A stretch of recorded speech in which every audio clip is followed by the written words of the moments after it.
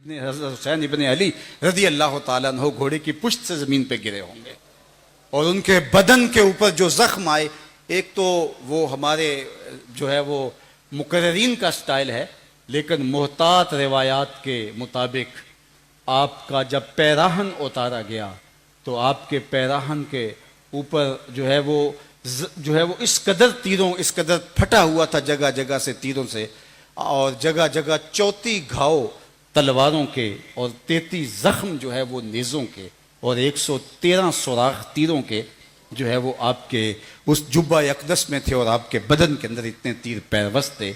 لیکن حسین تیری عظمت پہ قربان، سجدے میں سر رکھا تو حسین اس حالت سجدہ کے اندر جب ایک ایک عضو بدن کے اندر تیر ہے یا نیزہ ہے یا بالا ہے یا سنگین چبھی ہوئی ہے، حسین ابن علی پیشانی سجدے میں سر کے کہہ رہا ہے اللہم ردن بقضائکا وصبرن علی بلائکا وتسلیما لامرکا سبحان ربی العالی۔ مالک جو تیری تقدیر ہے اس پہ تیرا حسین راضی ہے، جو دکھ آئے اس پہ کوئی شکوہ زبان پہ میں نہیں لے کر آیا، مالک میں تیری رضا پہ راضی ہوں، تو بھی بتا تو بھی حسین پہ راضی ہوا ہے یا نہیں ہوا۔ لیکن ادھر سے آواز آ رہی تھی اس پیاسے پر نبی علی شیر خدا کو ناز ہے، اس نواسے پر محمد مصطفیٰ کو ناز ہے، اوروں نے بھی سجدے کیے پر اس کا عجب انداز ہے، اس نے وہ سجدہ کیا جس پر خدا کو ناز ہے۔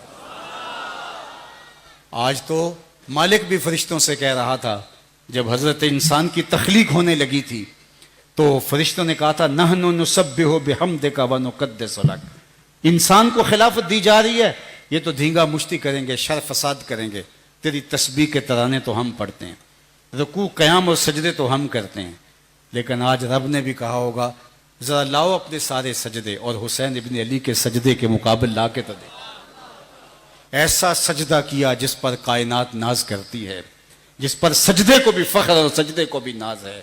اللہ کے محبوب علیہ السلام عرفات میں تھے اور حضور کو بتایا گیا کہ ایک حاجی آیا ہے لبیک لبیک پکارتا ہوا، اور وہ اونٹ سے گر پڑا ہے، گرنے کی وجہ سے اس کے گردن کی ہڈی ٹوٹ گئی ہے، گردن کی ہڈی ٹوٹنے کی وجہ سے اس کی موقع پر وفات ہو گئی ہے، ڈیتھ ہو گئی ہے۔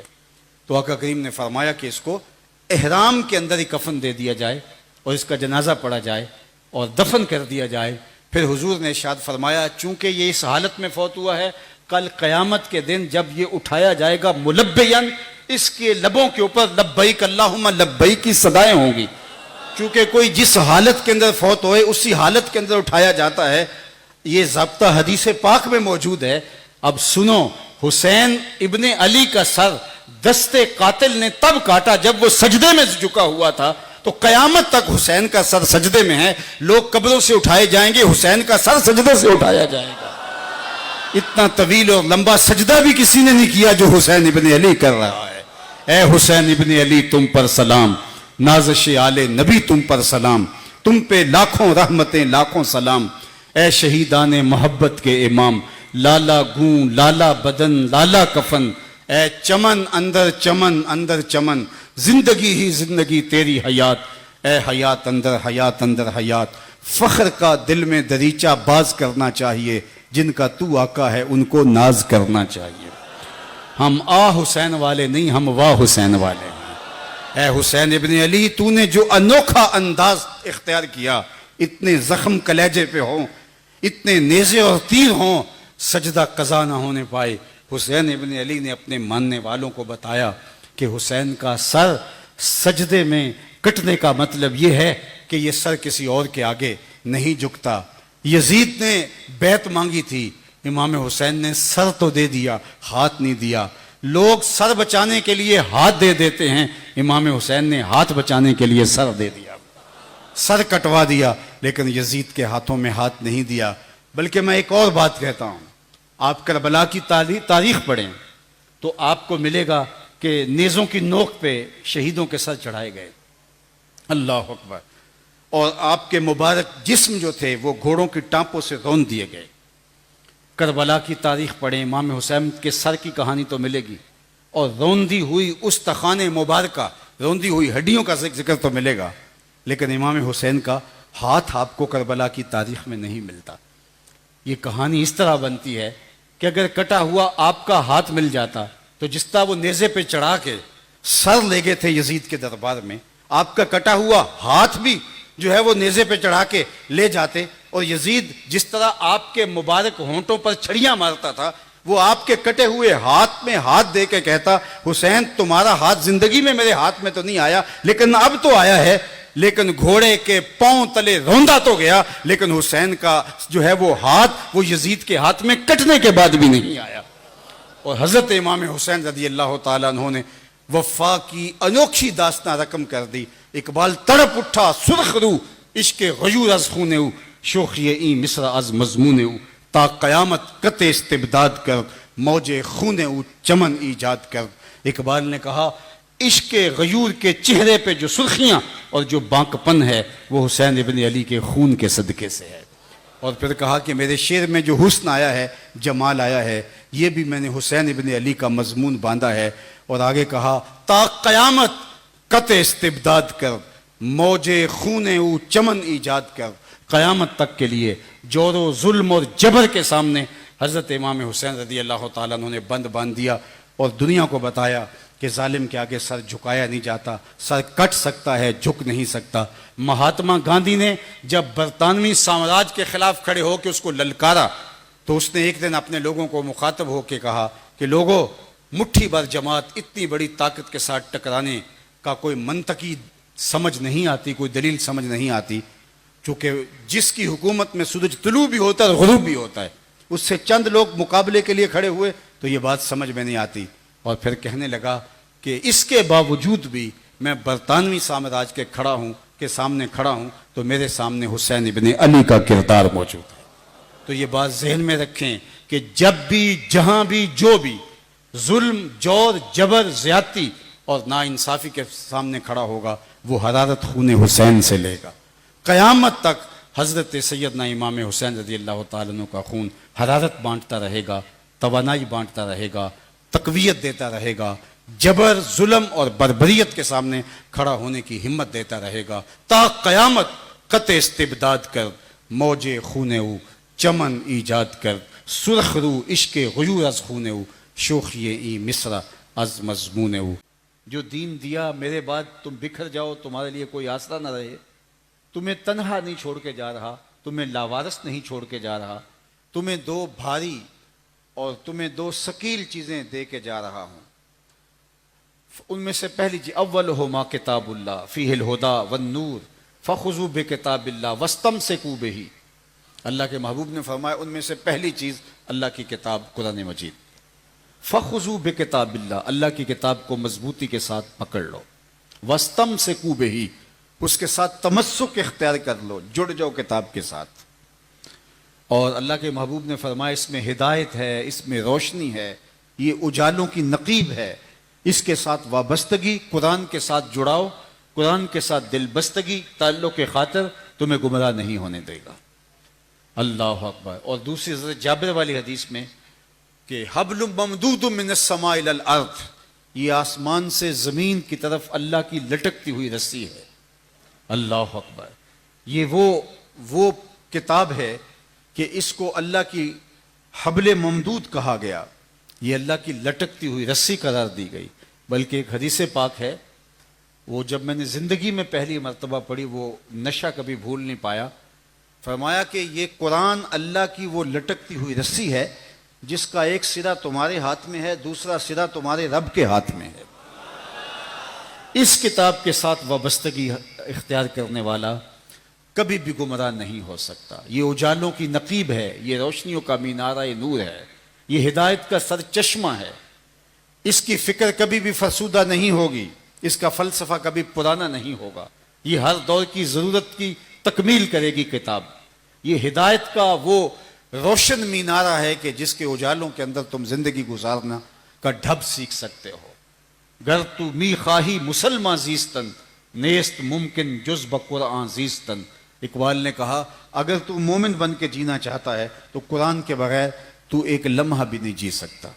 اس قرآن سے تیرا تعلق، تیری وابستگی، تیرا دل کا ربط جو ہے وہ تجھے شاد کام کر دے گا اور تجھے کبھی بھی گمراہ نہیں ہونے دے گا۔ کاش کہ ہم اس کتاب سے جڑ جائیں، اس سے وابستگی اختیار کر لیں، اس سے تعلق کی خاطر اختیار کر لیں۔ تو ایک تو یہ فرمایا میرے بعد تم، بلکہ ایک موقع پہ فرمایا اسی بلکہ حدیث میں لن تدلوا بعدی، اگر تم اس کے ساتھ وابستگی اختیار کر لو تو میرے بعد تم کبھی بھی گمراہ نہیں ہوگے۔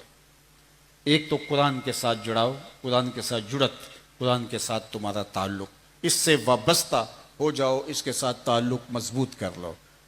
عالی مرتبت سامعین، مجھے بتائیے ہم میں سے کتنے لوگ ہیں جنہوں نے ماہ صیام رمضان المبارک کے اندر پورا قرآن ختم کیا تھا، اور ہم میں کتنے لوگ ہیں کہ 4 ماہ گزر گئے ہیں رمضان المبارک کو گزرے ہوئے، ان 4 مہینوں کے اندر ہم نے کتنے پارے تلاوت کیے ہیں، کتنا قرآن مجید پڑھا ہے؟ یہ مجھے اپنے آپ سے سوال کرنا ہے اور آپ نے اپنے آپ سے سوال کرنا ہے۔ میں آپ سے ایک دوسرا سوال کرتا ہوں کہ کسی کی عمر 50 سال ہو گئی، کسی کی عمر 60 سال ہو گئی، کسی کی عمر 40 برس ہو گئی، کسی کی عمر 20 برس ہو گئی، ہم میں سے کتنے لوگ ہیں جنہوں نے حضور علیہ الصلوۃ والسلام کی سیرت کی کتابیں پڑھنے کی سعادت پائی ہے؟ حضور کی سیرت کی مکمل کوئی ایک کتاب اس سال آپ نے پڑھی ہو؟ مجھے اور آپ کو اپنے آپ سے پوچھنا ہے۔ اگر 50 سال عمر ہو گئی ہے تو 10 سال میں ہم سمجھدار ہو گئے تھے، پڑھنا لکھنا سیکھ گئے تھے، تو سال کی ایک کتاب بھی ہم پڑھیں تو 50 سال کی عمر میں اپنے آقا کی سیرت کی 40 کتابیں تو ہم پڑھ چکے ہوں گے۔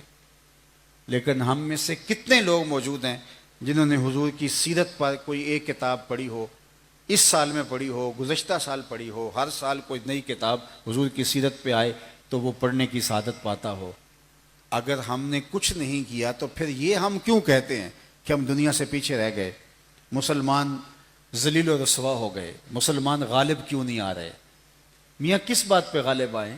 ہمیں تو جو نصاب دیا گیا ہم نے وہ نصاب بھی اٹھا کے نہیں دیکھا، نہ اپنے آقا کی سیرت پڑھی، نہ ہدایت کا سرچشمہ کتاب رحمت قرآن مجید جو ہمارے آقا و مولا کی وساطت سے ہمارے تک اللہ کا پیغام پہنچا، ہم نے نہ اس کی تلاوت کی، تو دنیا کے اوپر ہم کیسے غالب آ سکتے ہیں؟ ایک طالب علم پیر صاحب کے پاس آیا کہ دعا کیجئے کہ میری بورڈ میں پہلی پوزیشن آ جائے، تو پیر صاحب بہت خوش ہوئے، کہا ضرور میں آپ کے لیے دعا کرتا ہوں۔ تو بیٹا بتاؤ، آپ کے پیپر تو بہت اچھے ہوئے تھے، آپ نے محنت تو بہت اچھی کی تھی۔ تو اس نے کہا کہ نہیں پیر صاحب، میں نے تو پیپر دیے ہی نہیں۔ تو پیر صاحب کہیں گے کہ صاحب تو نے مجھے پاگل سمجھا ہے یا تم خود بے وقوف ہو؟ تم نے محنت کی ہوتی، راتوں کو کتابوں میں گزارا ہوتا، رات جگہ کاٹے ہوتے، پھر محنت کے ساتھ تم نے محنت کے ساتھ تیاری کے بعد پیپر دیے ہوتے تو مجھ سے دعا کرواتے کہ میری پوزیشن آ جائے، اور تم نے نہ داخلہ بھیجا، نہ تم نے پیپر دیے، اور مجھ سے دعا کروانے آگے ہو کہ میرے امتحان میں پہلی پوزیشن آ جائے، تو تم خود بے وقوف ہو یا مجھے بے وقوف سمجھتے ہو؟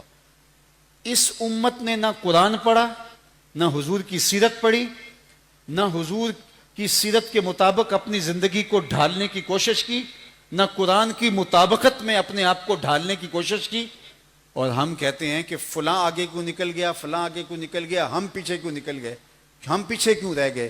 تو ہم آگے کیسے جا سکتے تھے؟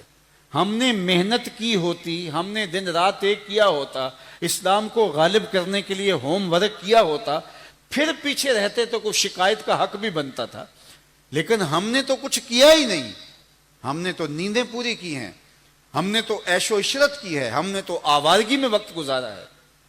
تو ہمارے پاس روشنی کا مینار قرآن کی شکل میں موجود تھا، اور میرے حضور نے فرمایا اگر اس سے جڑے رہو گے لن تدلوا بعدی ابدا، میرے بعد تم کبھی بھی گمراہ نہیں ہوگے۔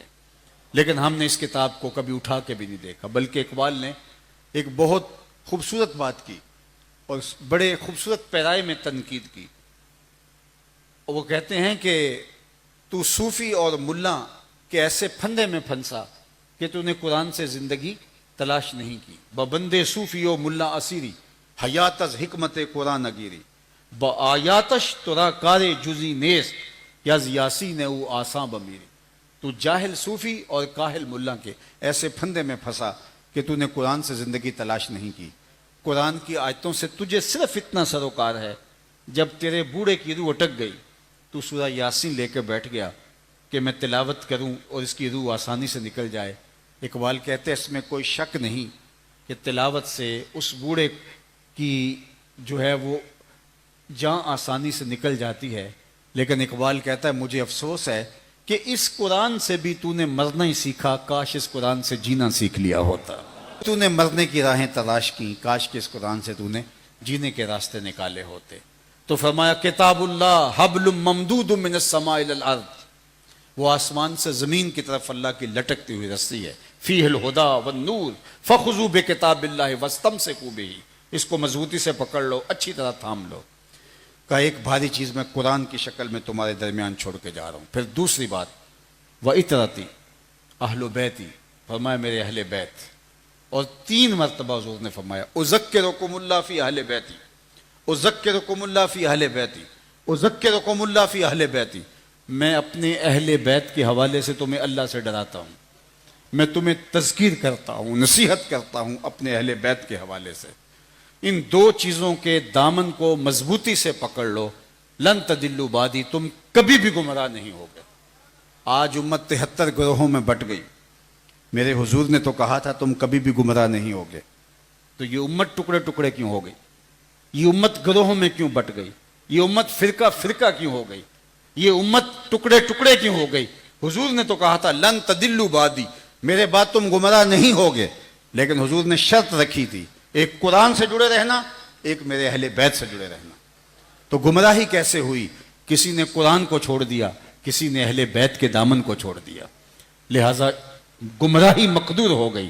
میں آپ کو مبارک دیتا ہوں, آپ کے ایک ہاتھ میں قرآن ہے, ایک ہاتھ میں اہل بیت نبوت کا دامن ہے. وہ کامیاب اور بامراد ہیں, اور وہ کبھی گمراہ نہیں ہو سکتے جو قرآن اور اہل بیت کے دامن کو جو ہے وہ کبھی چھوڑتے نہیں. اور حضرت جابر رضی اللہ تعالیٰ عنہ سے جو روایت مروی ہے, اس میں اللہ کے محبوب نے ارشاد فرمایا وَلَن يَتَفَرَّقَا, یہ آپس میں کبھی جدا بھی نہیں ہوں گے. یعنی قرآن اور اہل بیت یہ کبھی جدا بھی نہیں ہوں گے. اہل بیت کا اور قرآن کا اتنا گہرا ربط ہے کہ یہ آپس میں جدا بھی کبھی نہیں ہوں گے. حتیٰ یرد علی الحوض, یہاں تک کہ حوض کوثر پہ مجھے اکٹھے آپ ملیں گے. یعنی قرآن اور اہل بیت, ان دونوں کے دامن کو مضبوطی سے پکڑ لو, کبھی گمراہ نہیں ہوگے. اور پھر فرمایا یہ دونوں چیزیں یعنی قرآن اور اہل بیت یہ آپس میں بھی جدا نہیں ہوں گے, ہمیشہ یہ اکٹھے رہیں گے. اور ہم نے دیکھا قرآن اگر نبی کے سینے کے اندر تھا, حسین سینے کے اوپر تھا. اور پھر زمانے نے دیکھا کہ سر حسین کٹ کے نیزے کی نوک پہ آ گیا, تو جب غور کیا تو لب ہل رہے تھے اور قرآن وہاں حسین کے ساتھ موجود تھا. یہ قرآن کبھی اہل بیت سے جدا نہیں ہوا, اور اہل بیت کبھی قرآن سے جدا نہیں ہوئے. ان دونوں کا چولی دامن کا ساتھ ہے, کبھی الگ نہیں ہوئے قرآن اور اہل بیت. تو اہل بیت کا قرآن کے ساتھ رب اور تعلق اور محبت, اور اللہ کے محبوب علیہ الصلوۃ والسلام نے اہل بیت کی محبت کا خود درس دیا. اب یہاں ایک سوال تھا, پہلے میں وہ آپ کے سامنے عرض کر دیتا ہوں اور پھر اپنی بات کو آگے بڑھاتا ہوں. کیا قرآن ہماری ضرورتوں کا کفیل نہیں ہے؟ ہمارے دکھوں کا مداوا نہیں ہے؟ ہمارے درد کا درما نہیں ہے؟ جب قرآن ہماری ساری ضرورتوں کو پورا کرتا ہے تو پھر اہل بیت کے دامن کو تھامنے کی کیا ضرورت تھی؟ ایک سوال کھڑا ہوتا ہے. حضرت جنید بغدادی علیہ رحمہ نے اپنے ایک مرید کو صندوق دیا اور کہا بیٹا اس کو جاؤ اور دریائے دجلہ کی موجوں کے سپرد کراؤ, اور سنو, کھول کے نہیں دیکھنا اس کے اندر کیا ہے. مرید گیا اور اس نے جا کے وہ صندوق دریائے دجلہ میں پھینکا. جو ہی پھینکا تو عجیب منظر دیکھا کہ دریا نے راستہ دے دیا اور صندوق کو محبت سے اپنی آغوش میں سمیٹا. مرید واپس آیا تو شیخ سے کہنے لگا حضرت یہ منظر میری آنکھیں نہ دیکھتی تو میں کبھی سوال نہ کرتا. مجھے بتایا جائے اس صندوق میں کیا تھا جس کے لیے دریا نے بھی راستہ دیا, اور اگر وہ اتنی ہی برکت کوئی شے تھی تو آپ نے پھینکوا کیوں دیا؟ یہ ایک مسئلہ ہے جو میری سمجھ میں نہیں آ رہا. اگر وہ کوئی معزز شے تھی تو پھینکوائی کیوں؟ اور اگر نہیں تھی کوئی معزز شے تو سمندر نے, دریا نے راستہ کیوں دیا؟ تو شیخ نے فرمایا بیٹا تم نے اپنی آنکھوں سے ایک منظر دیکھا ہے, اگر میں تمہیں بتاؤں گا نہیں کھل کے تو تمہیں قرار نہیں ملے گا. سنو, میں نے 12 سال کی محنت شاقہ سے تصوف کے رموز و غوامض اور اسرار پر ایک کتاب لکھی تھی. پھر 12 سال اس کی نوک پلک سنوارتا رہا کہ اس کا کوئی جملہ شریعت کے مزاج سے ہٹ کر نہ ہو. پھر 12 سال سوچتا رہا اس کتاب کو لوگوں تک منتقل کروں کہ نہ کروں. 36 برس گزرنے کے بعد آج میں نے فیصلہ کیا ہے قرآن کے ہوتے ہوئے لوگوں کو جنید کی کسی کتاب کی ضرورت نہیں ہے. تو یہ میری 36 سال کی کمائی تھی جو تم دریائے دجلہ کی موجوں کے سپرد کر کے آیا ہو. جب قرآن اتنا کافی ہے، ہر ضرورت کا کفیل ہے، ہر دکھ کا مداوع ہے، ہر درد کا درماں ہے، ہر مرض کا علاج ہے، ہر دکھ کی شفا ہے، تو پھر کیا ضرورت تھی کہ اہل بیت کے دامن کو بھی ساتھ تھامنے کی تلقین کی گئی؟ قرآن کافی تھا. قرآن ہدایت کا سرچشمہ ہے. تو پھر کیوں کہا گیا کہ قرآن کو بھی تھامو اور اہل بیت کے دامن کو بھی تھامو؟ کیا قرآن کافی نہیں ہے، وافی نہیں ہے، شافی نہیں ہے؟ تو سنو، ایک ہوتا ہے علم، ایک ہوتی ہے اس کی عملی مشق، ایک ہوتی ہے تھیوری، ایک ہوتا ہے اس کا پریکٹیکل. اگر اسلام کی تھیوری دیکھنی ہے تو قرآن موجود ہے، اگر پریکٹیکل دیکھنا ہے تو کربلا کے تپتے ہوئے ریگزار میں حسین ابن علی کا کردار موجود ہے. ان دونوں کے دامن کو مضبوطی سے تھام لوگے تو تم ہدایت پہ گامزن رہو گے. جہاں قرآن کے ساتھ وابستگی اختیار کرنے کی تلقین کی، وہاں حضور علیہ السلام نے اپنی اطرت کے ساتھ محبت کرنے کا درس بھی دیا. حضرت اسامہ بن زید بن حارثہ رضی اللہ تعالی عنہ جلیل القدر صحابی ہیں، بلکہ حضور کے منہ بولے بیٹے حضرت زید بن حارثہ کے فرزند ہیں. اللہ اکبر. پورے قرآن میں صرف ایک صحابی کا نام ذکر کیا گیا ہے اور وہ حضرت زید کا ہے. باقی صحابہ کے مناقب موجود ہیں لیکن کسی صحابی کا نام لے کے قرآن میں ذکر نہیں ہوا. اگر کسی صحابی کا قرآن میں نام ذکر ہے تو وہ حضرت زید رضی اللہ تعالی عنہ کا ہے. حضرت زید کے فرزند اسامہ بن زید، اسامہ حضور کے منہ بولے بیٹے اور آزاد کردہ غلام تھے، اور ان کا نکاح حضرت برکہ ام ایمن سے حضور نے کیا تھا. ان سے جو فرزند پیدا ہوا اس کا نام اسامہ بن زید ہے. فتح مکہ کے دن حضور کے ردیف تھے یہ، اور آقا کریم ان کو پوتوں کی جگہ پہ رکھتے تھے، اور یہ بلا تکلف حضور کے پاس ملنے آ جاتے، اپنی ضرورتیں حضور کی خدمت میں پیش کرتے، حضور ان کی ضرورتوں کو پورا کرتے. کہتے ہیں ایک رات مجھے کوئی کام پڑ گیا، مجھے کوئی حاجت تھی، میں حضور کی خدمت میں گیا اور رات کا ایک حصہ بیت چکا تھا. صحابہ حضور کے دروازے پہ دستک دینے سے گریز کرتے تھے، لیکن اگر ناگزیر حالات ہوتے، دستک دینی پڑ جاتی تو وہ اپنی انگلیوں کے پوروں سے دیتے. اللہ اکبر. حضرت امام بخاری علیہ رحمہ روایت لائے ہیں ادب المفرد کے اندر، کانت تکرہ ابواب النبی بالاظافر. صحابہ جب حضور کے دروازے پہ دہلیز پہ دستک دیتے تو اپنی انگلیوں کے پوروں سے دیتے. ملا علی قاری علیہ رحمہ اس کی تشریح کے اندر لکھتے ہیں کہ ناخنوں کے ساتھ، پوروں کے ساتھ دستک دینے کا مطلب کیا؟ کہا اے دربن خفیفن و دکن لطیفن تعظیمن و تکریمن و تشریفن. یہ سب کچھ حضور کی عزت افزائی کے لیے تھا. ساغر صدیقی نے کہا تھا میں نے پلکوں سے در یار پہ دستک دی ہے، میں وہ سائل ہوں جسے کوئی صدا یاد نہیں. یہ ساغر کا، شاعر کا تخیل ہے، کبھی عملاً اس نے در حبیب پہ یوں دستک دی نہیں ہوگی، صحابہ نے دے کے دکھائی. لیکن ناگزیر حالت ہوتی تو دستک دیتے، ورنہ وہ حضور کے دروازے پہ بیٹھ جاتے، درود پڑھتے رہتے، حضور خود ہی تشریف لے آتے. حتی تخرج الیہم، سورہ الحجرات. اللہ اکبر. حضرت اسامہ بن زید حضور کی دہلیز پہ گئے، رات کا ایک پہر گزر چکا تھا، تو حضور سے عرض کیا تو حضور رات کو ایسے ہی تشریف لائے کہ چادر کی حضور نے بکل ماری تھی. تو کہتے ہیں کہ میں جو حاجت کہی حضور نے میری حاجت پوری کر دی، لیکن میں نے ایک منظر دیکھا کہ حضور نے ایسے جو بکل کی ہوئی تھی اس کے اطراف میں ابھار تھے جس طرح اندر کوئی ہو. تو مجھ سے نہ رہا گیا تو میں نے حضور سے پوچھ لیا. میں نے کہا بندہ نواز یہ پہلوؤں میں کیا شے ہے؟ فکشفہ، تو حضور نے چادر کھول دی. تو میں نے کیا دیکھا؟ فائز الحسن والحسین علی ورکہ. تو ایک پہلو سے حضرت امام حسن لپٹے ہوئے تھے، ایک سے امام حسین لپٹے ہوئے تھے. فرمایا یہ میرے بیٹے ہیں، یہ میری بیٹی کے بیٹے ہیں، اے اللہ میں ان سے پیار کرتا ہوں، تو بھی ان سے پیار کر، اور جو ان سے پیار کرے مالک ان سے بھی پیار کر. ان کی محبت سکھائی، ان کا درس سکھایا، پھر ان کی عظمتیں بتائی. حضرت حذیفہ بن یمان رضی اللہ تعالیٰ عنہ روایت کرتے ہیں، صاحب و سر رسول اللہ صلی اللہ علیہ وسلم، حضور کے رازدان صحابی تھے، اللہ کے محبوب کے مختلف صحابی مختلف ڈیوٹیاں دیتے تھے۔ ایک صاحب الوسادہ تھے، ایک صاحب النالین تھے، جب حضور کہیں جاتے تو وہ ساتھ چلتے، حضور نالین اتارتے اور تو وہ نالین سنبھال لیتے، حضور جب واپس آتے تو نالین پیش کرتے۔ ان کو کہا گیا صاحب نالین، حضور کے نالین سنبھالنے والے، اللہ اکبر، ان کے نالین کو پیوند لگانے والے، کعبہ قوسین کی منزل کا پتہ دیتے۔ اور وہ کیا کسی نے کہا کہ ذرے اس خاک کے تابندہ ستارے ہوں گے جس جگہ آپ نے نالین اتارے ہوں گے۔ کیا شان ہے، صاحب الوسادہ، حضور علیہ الصلوۃ والسلام کا تکیہ اٹھانے والے۔ ایک صحابی تھے اصلح بن شریک رضی اللہ تعالیٰ عنہ، ان کی صرف ڈیوٹی یہ تھی کہ حضور کے ساتھ چلتے اور جب پڑاؤ کا وقت آتا تو وہ حضور کی سواری کا کجاوا اتار دیتے تاکہ سواری کو راحت پہنچے، اور جب صبح دوبارہ سفر کا آغاز ہوتا تو کجاوا کس دیتے، بس یہی ان کی ڈیوٹی تھی۔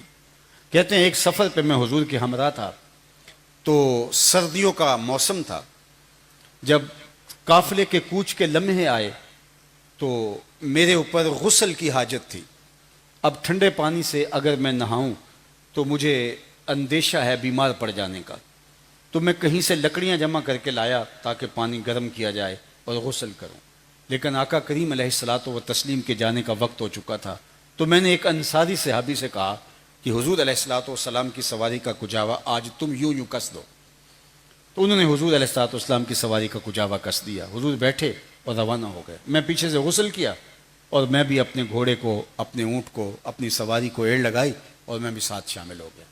جو ہی میری سواری حضور کی سواری کے قریب آئی تو حضور نے میری جانب دیکھا اور پھر مسکرا کے بولے کہ اے اصلح، آج کجاوا کچھ بدلا بدلا سا لگتا ہے، تمہارے ہاتھ کا کسا ہوا نہیں لگتا۔ میں نے عرض کی بندہ نواز، میں نے کسا بھی نہیں ہے، یہ انصاری صحابی ہیں فلاں، یہ انہوں نے کسا ہے۔ تو حضور علیہ الصلوۃ والسلام نے فرمایا تم نے کیوں نہیں کسا؟ تو میں نے عرض کی حضور میں غسل سے نہیں تھا اور میں گوارا نہیں کرتا جن لکڑیوں نے آپ کے بدن کو چھونا ہے میں ان لکڑیوں کو بھی بے وضو ہاتھ لگاؤں۔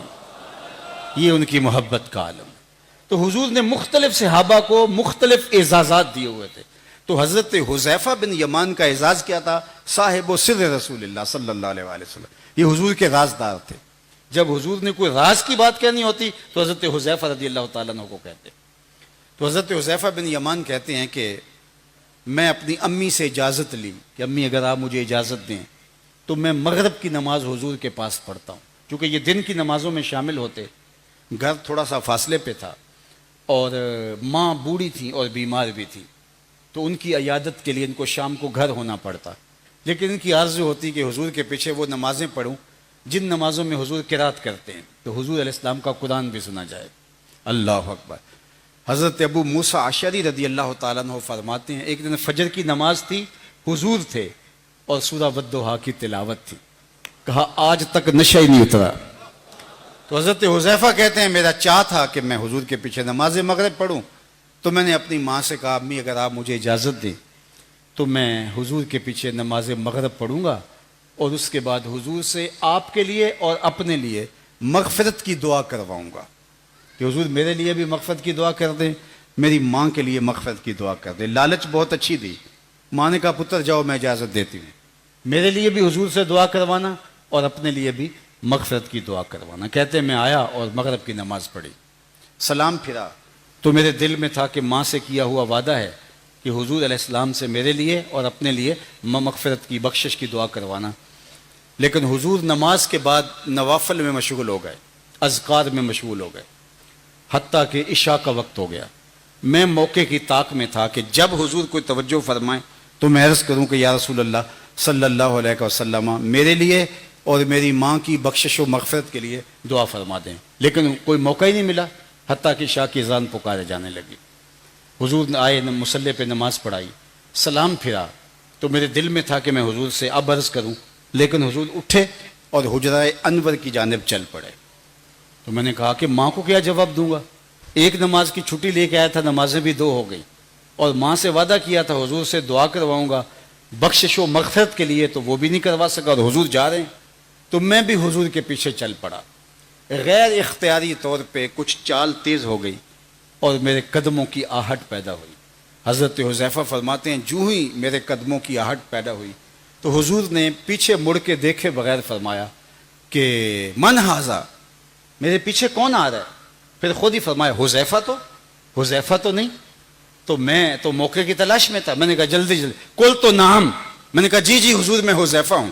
تو آقا کریم نے فرمایا ما حاجتوں کا غفر اللہ لک ولی امک، اللہ تجھے بھی بخش دے، تیری ماں کو بھی بخش دے، کس کام آئے ہو؟ اللہ تجھے بھی بخش دے، تیری ماں کو بھی بخش دے، کس کام آئے ہو؟ کہتے ہیں کام کیا کہتا، وہ تو جنبش لب سے پہلے ہو گیا. یہاں تو لفظوں کا سہارا بھی لینا نہیں پڑتا، وہ تو بند لبوں کی بولیاں بھی جانتے ہیں. تو کہا غفر اللہ لک ولی امک، اللہ تجھے بھی بخش دے، تیری ماں کو بھی بخش دے، کس کام آئے ہو؟ تو اب کام کیا بتاتا، وہ کام تو ہو گیا. تو حضور نے فرمایا حذیفہ سنو، ابھی میرے پاس ایک فرشتہ آیا ہے جو اس سے پہلے دھرتی پر کبھی نہیں آیا، اور آج اللہ سے اجازت لے کے 2 کام کرنے آیا ہے. ایک تو مجھے سلام کرنے آیا ہے، اور دوسرا مجھے خوشخبری دینے آیا ہے کہ آپ کی بیٹی فاطمہ جنتی عورتوں کی سردار ہے اور حسن اور حسین جنتی جوانوں کے سردار. فرمایا یہ فرشتہ مجھے ابھی میسج دے کے جا رہا ہے. اللہ اکبر. تو حضور نے ان کی عظمتوں کو بیان فرمایا لوگوں کے سامنے، حضور نے ان کی محبت کو بیان فرمایا لوگوں کے سامنے، اور فرمایا کہ یہ فاطمہ میرے جگر کا ٹکڑا ہے. فرمایا حسین منی وانا من حسین، حسین مجھ سے ہے اور میں حسین سے ہوں. اللہ اکبر. کیا ان کی محبت، ان کا پیار. یار اللہ کے محبوب صلی اللہ علیہ وآلہ وسلم نے حضرت امام حسین کو کبھی کندھوں پہ بٹھایا، کبھی حضور علیہ الصلوۃ والسلام نے ان کو اپنی آغوش میں بٹھایا، کبھی انہوں نے منہ کھولا تو حضور علیہ السلام نے ان کے اندر لعاب ڈالا، اور کبھی حضور علیہ الصلوۃ والسلام سجدہ ریز ہیں اور امام حسین رضی اللہ تعالی عنہ حضور علیہ الصلوۃ والسلام کی پشت پہ آ کے بیٹھ جاتے ہیں. حضرت شداد بن اوس رضی اللہ تعالی عنہ اس حدیث کے راوی ہیں، فرماتے ہیں کہ حضور علیہ الصلوۃ والسلام کی پشت پہ حضرت امام حسین بیٹھ گئے اور حضور سجدے کو طول دے رہے ہیں. اللہ اکبر. اور ہم پیچھے تھے، چونکہ معمول جو ہوتا ہے 3 تسبیحات کا، 5 تسبیحات کا، تو ایک روٹین بنی ہوئی ہوتی ہے، غیر ارادی طور پہ سر اٹھ جاتا ہے. تو کہتے ہیں ہمارے سر اٹھتے تھے، لیکن ہم دیکھتے تھے کہ حسین ابن علی حضور کی پشت پہ بیٹھے، حضور ہم پھر سجدے میں چلے جاتے تھے. کئیوں کو تو یہ گمان ہوا کہ شاید حضور کی روح قبض ہو گئی ہے، لیکن حضور نے سجدے کو طول دیا، اتنا طول دیا کہ حضرت امام حسین خود اترے. پھر حضور علیہ الصلوۃ والسلام نے سر نور اٹھایا تو بعد میں حضور علیہ السلام نے فرمایا کہ میں اس لیے سجدے کو طول دیا کہ مجھے ان کی دل جوئی کا خیال اور لحاظ تھا، اور میں سر اٹھاتا تو یہ میری پشت سے گر جاتے. حالانکہ حضور سجدے میں ہیں اور مصلی پہ ہیں، اگر امام حسین گرتے بھی تو اتنی یہاں سے گرنے سے کتنی چوٹ لگتی، لیکن اس کے باوجود حسین ابن علی کا یہاں پشت پیمبر سے گرنا حضور گوارا نہیں کرتے تھے. کیا حضور کے قلب اطہر پہ گزری ہوگی جب حسین ابن